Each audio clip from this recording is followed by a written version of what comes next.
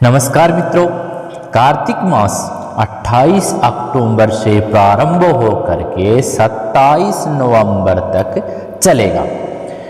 तो कार्तिक मास का क्या महात्म्य है और क्या कुछ है आप सबको पता है, क्योंकि इस मास में सभी देवी देवता अपनी प्रतिक्रिया करने के लिए धरती पर, स्वर्ग से, आसमान से धरती पर आ जाते हैं और वो देखते हैं कि मेरे कितने भक्तगण कितनी पूजा पाठ करते हैं। इसलिए आज मैं आपको एक चीज बता देता हूँ।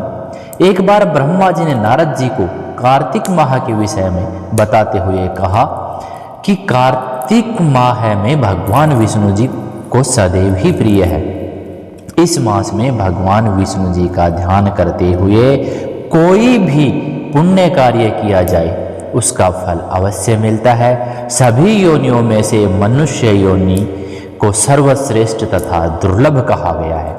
अतः प्रत्येक मनुष्य को कार्तिक माह में पुण्य कर्म करने चाहिए, क्योंकि इस माह में सभी देवतागण मनुष्य के समीप हो जाते हैं।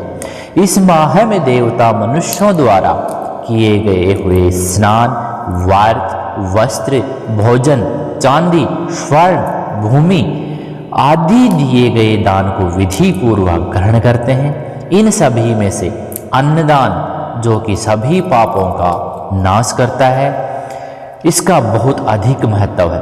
कार्तिक माह में मनुष्य जिस किसी भी मनोकामना से दान करता है तो वह अक्षय रूप में प्राप्त होता है। यदि कोई मनुष्य दान देने में असमर्थ हो तो उसे कार्तिक मास में प्रतिदिन भगवान के नामों का स्मरण करना चाहिए तथा गंगा जी में स्नान करते हुए कार्तिक माह की कथा पढ़नी चाहिए। और यह पॉसिबल नहीं हो पाता कि नित्य प्रतिदिन गंगा जी में स्नान किया जा सके। इसके लिए अपने घर के अपने पास में कोई अगर नदी, बहती हुई नदी हो तो उसमें भी स्नान कर सकते हैं। अगर वह भी नहीं है तो गंगा जी का अंश गंगा जल ला करके अपने घर में रखें और वो पानी की बाल्टी में डाल करके और स्नान कर सकते हैं। ऐसा करने से मनुष्य पुण्य का भागी होता है। इस माह में भगवान को प्रसन्न करने के लिए अपने ही समीप किसी भी मंदिर में भजन कीर्तन करना चाहिए, स्वयं दीप दान करना चाहिए अथवा दूसरे के दीपक की रक्षा करनी चाहिए। भगवान का सारूप्य तथा मोक्ष पद प्राप्त करने के लिए तुलसी तथा आंवले के वृक्ष को भगवद स्वरूप मानकर उसका पूजन करना चाहिए। नित्य प्रति सायं और प्रातः काल धूप और दीप से पूजन करना चाहिए। जो मनुष्य कार्तिक माह में जमीन पर सोता है उसके सभी पाप युगों युगों के लिए नष्ट हो जाते हैं। मनुष्य अरुणोदय काल में, मतलब सुबह सुबह के काल में जागरण कर गंगा में स्नान करके करोड़ों जन्मों के कलेशों को धो डालता है। गोविंद गोविंद हरे मुरारे, गोविंद गोविंद मुकुंद कृष्ण, गोविंद गोविंद रथांग पाणे, गोविंद दामोदर माधवेति। कार्तिक माह में प्रतिदिन इस प्रकार भगवान का कीर्तन करें। कार्तिक माह में गीता जी का पढ़ने से बड़ा कोई पुण्य नहीं है।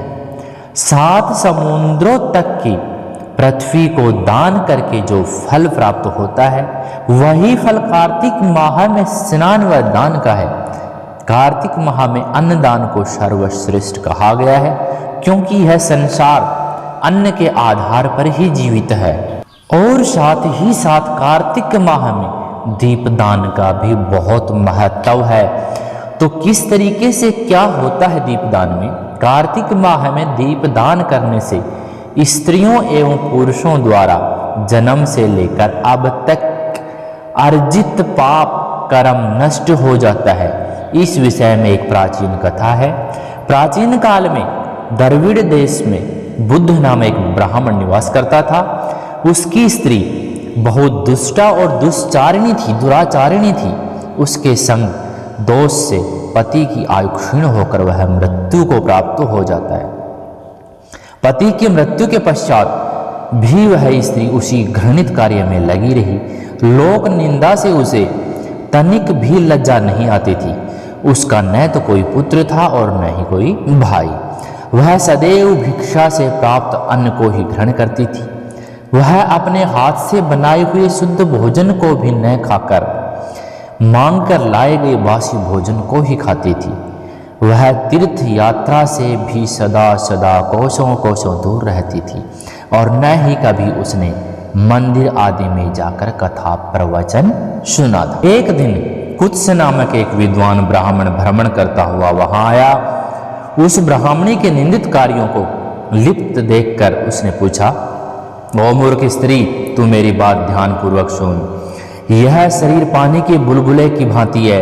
एक दिन इसका नष्ट होना निश्चित है। यदि तू इस अनित्य शरीर को नित्य मानती है तो अपने मन में बैठे इस मोह को तो विचार पूर्वक त्याग कर दे। सबसे श्रेष्ठ देवता भगवान विष्णु का चिंतन कर और उन्हीं के लीला कथा का आदर पूर्वक सुन। कार्तिक माह आने पर भगवान दामोदर को प्रसन्न करने के लिए स्नान दान आदि करके दीप दान दे और भगवान विष्णु की परिक्रमा करके उन्हें प्रणाम कर। यह व्रत विधवा और सौभाग्यवती सभी स्त्रियों के करने योग्य है। इसमें समस्त पापों एवं उपद्रवों का नाश हो जाता है। तू मेरी बात मानकर निश्चय ही कार्तिक में दीप दान कर। इससे तो निश्चित रूप से भगवान विष्णु की कृपा प्राप्त कर लेगी। इस प्रकार कहकर वह कुत्स ब्राह्मण चला गया।